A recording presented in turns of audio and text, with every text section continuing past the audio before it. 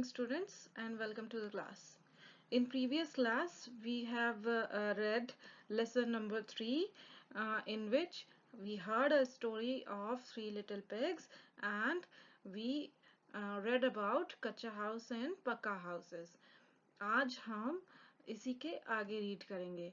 अभी हमने कच्चा हाउसेस बना के देखे हैं और उनके बारे में रीड किया है। कच्चे हाउसेस क्या होते हैं?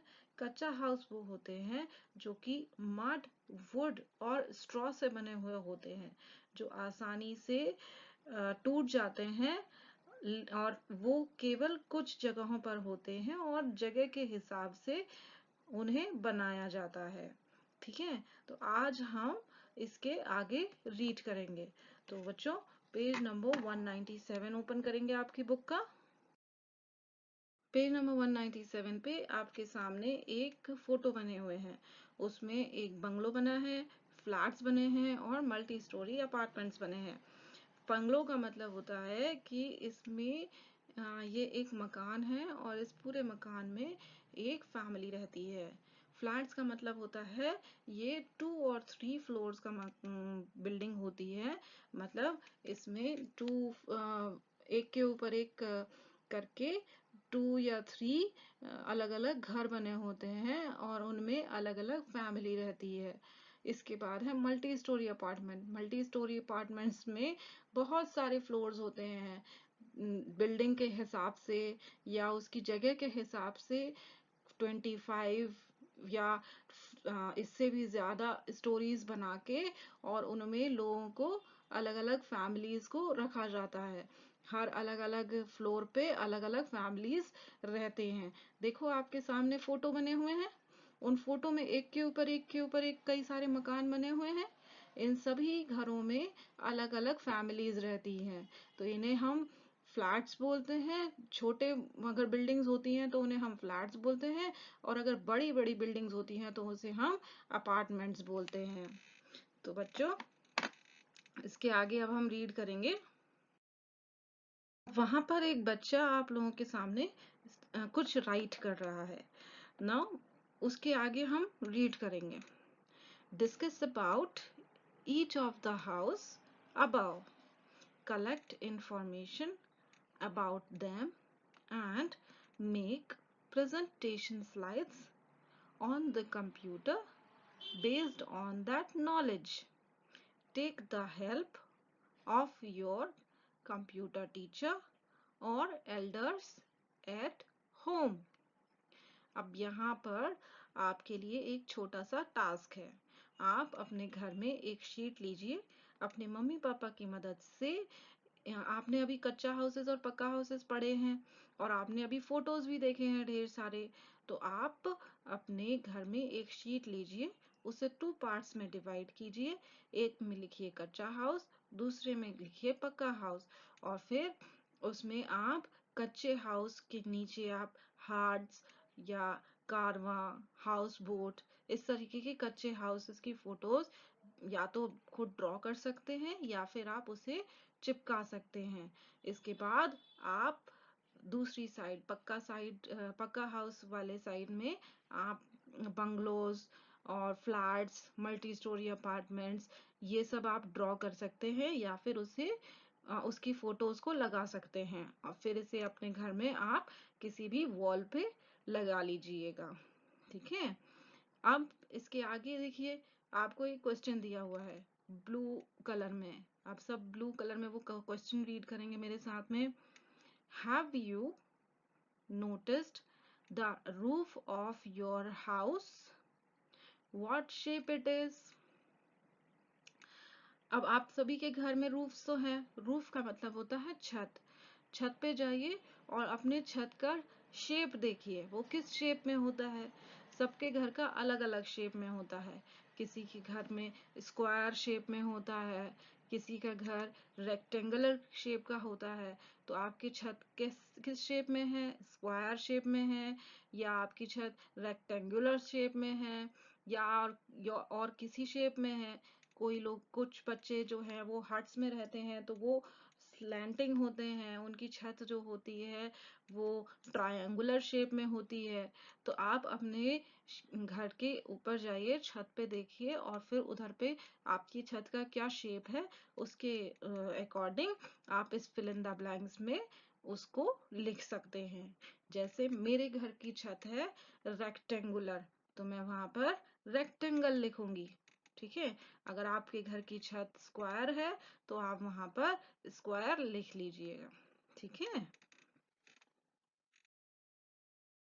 आप आगे रीड करते हैं। Do you know that places with heavy rainfall or snowfall have slanting roofs?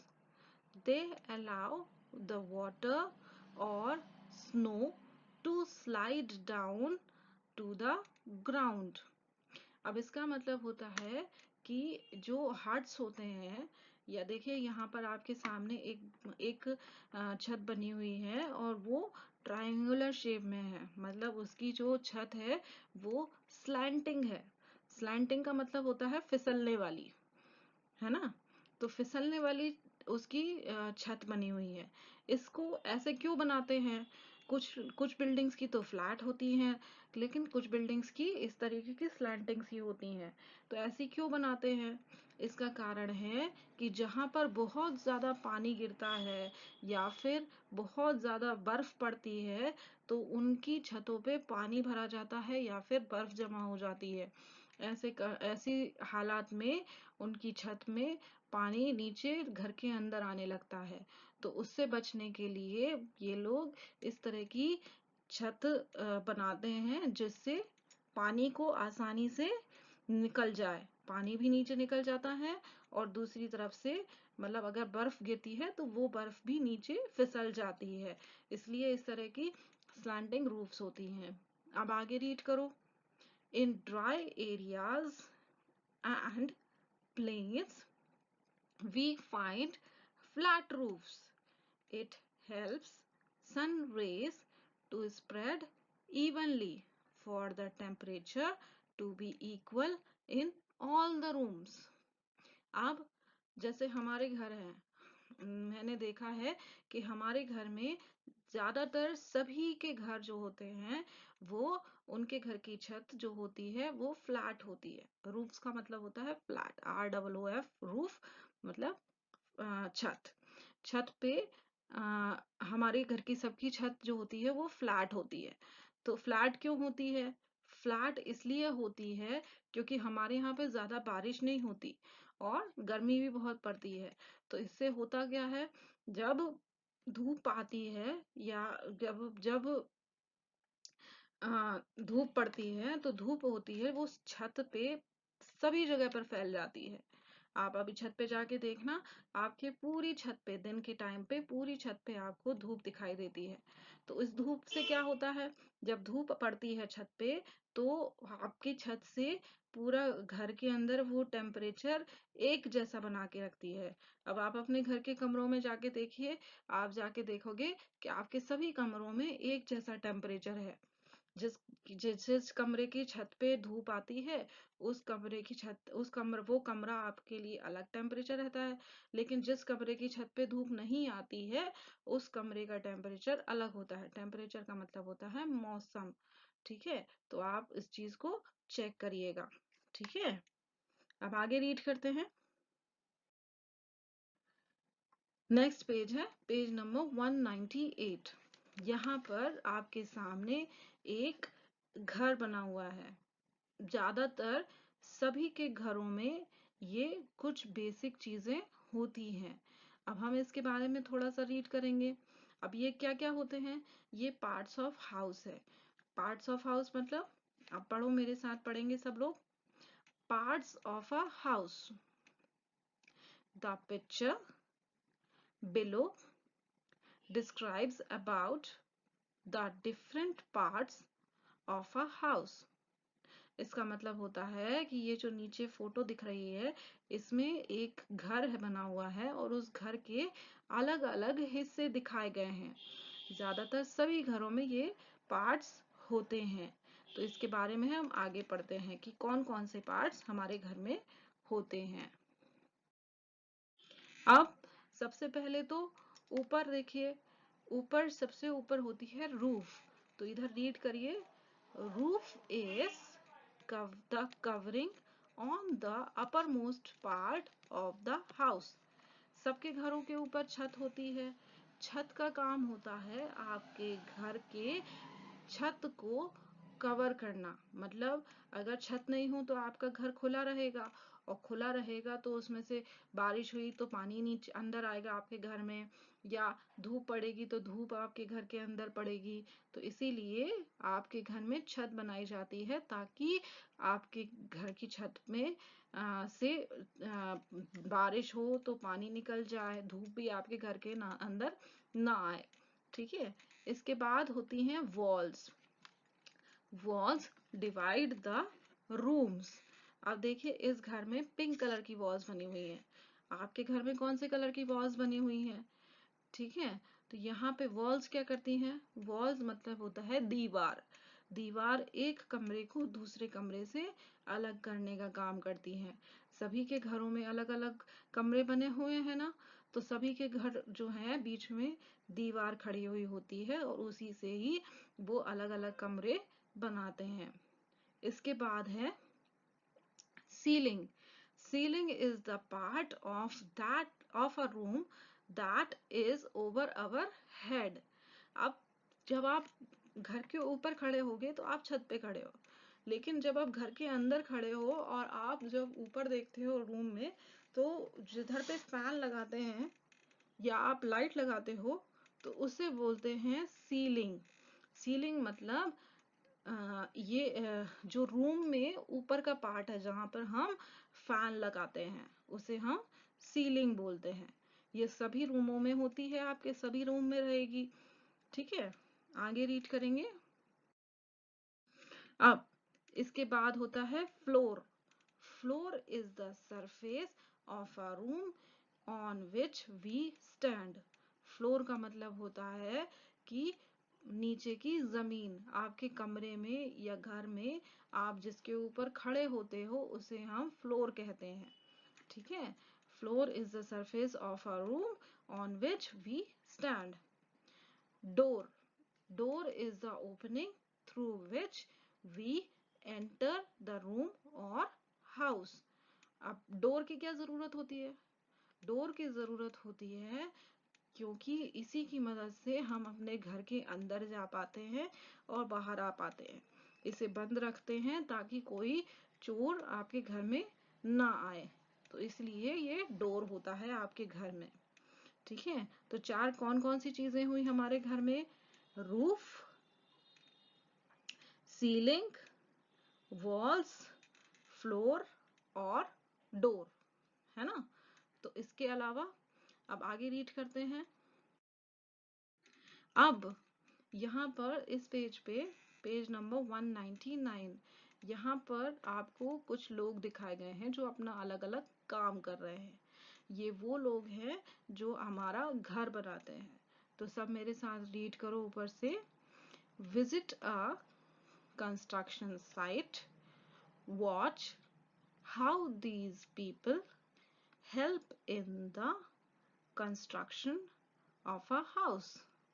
इसका मतलब होता है कभी भी आप कहीं पे जाइए जहां पर घर बन रहा हो, तो वहां पर देखिएगा आप अलग अलग लोगों को काम करते देखेंगे।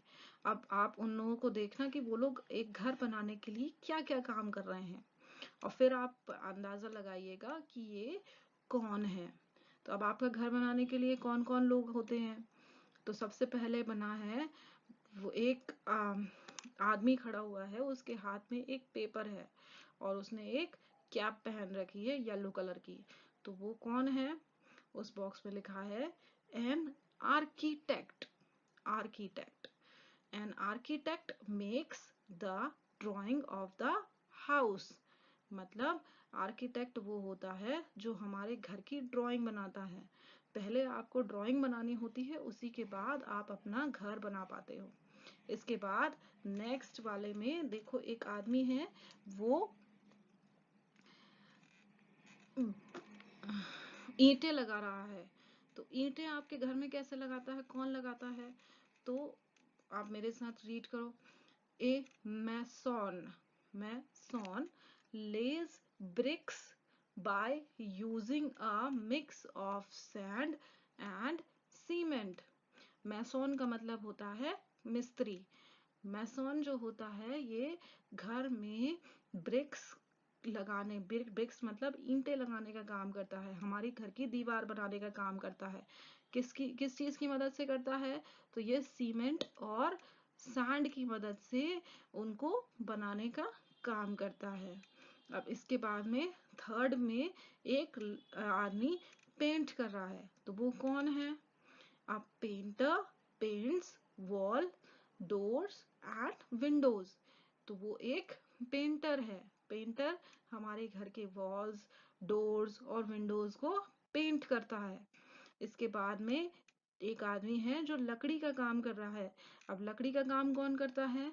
तो अ कारपेंटर। एक कारपेंटर होता है जो कि घर पे लकड़ी का काम करता है। तो आप रीड करो, अ carpenter makes doors, windows and wooden furniture। Carpenter हमारे घर के डोर्स मतलब विंडोज, जो भी लकड़ी का फर्नीचर होता है उसे बनाने का काम करता है। इसके बाद है नल वगैरह लगाने का काम करता है। बाथरूम में नल वगैरह भी लगते हैं, तो वो एक हमारे घर में करता है प्लम्बर। तो सब रीड करो, plumber fixes taps, pipes, water closets etcetera. मतलब टैप्स का मतलब होता है नल, नल लगाना, पाइप लगाना। वाटर क्लोसेट्स मतलब पानी के लिए जो भी हमें भरने के लिए, रखने के लिए सामान चाहिए होता है, उन सबको लगाने का काम प्लम्बर करता है। अब बिजली का काम कौन करता है? सबके घर में लाइट है, फैन है, बल्ब्स हैं, तो ये सब लगाने का काम कौन करता है? इलेक्ट्रीशियन। तो सब रीड करो, an electrician fixes electrical points, bulbs, fans etcetera. मतलब एक इलेक्ट्रीशियन हमारे घर में सारी इलेक्ट्रिसिटी लगाने का काम करता है। तो ये 5 जन हैं, ये 6 जने हैं जो हमारे घर में हम बनाने में हमारी मदद करते हैं। ठीक है, अब इसके नीचे लास्ट लाइन पढ़ो, respect the work done by each and every helper, remember they are making our life easier and smoother।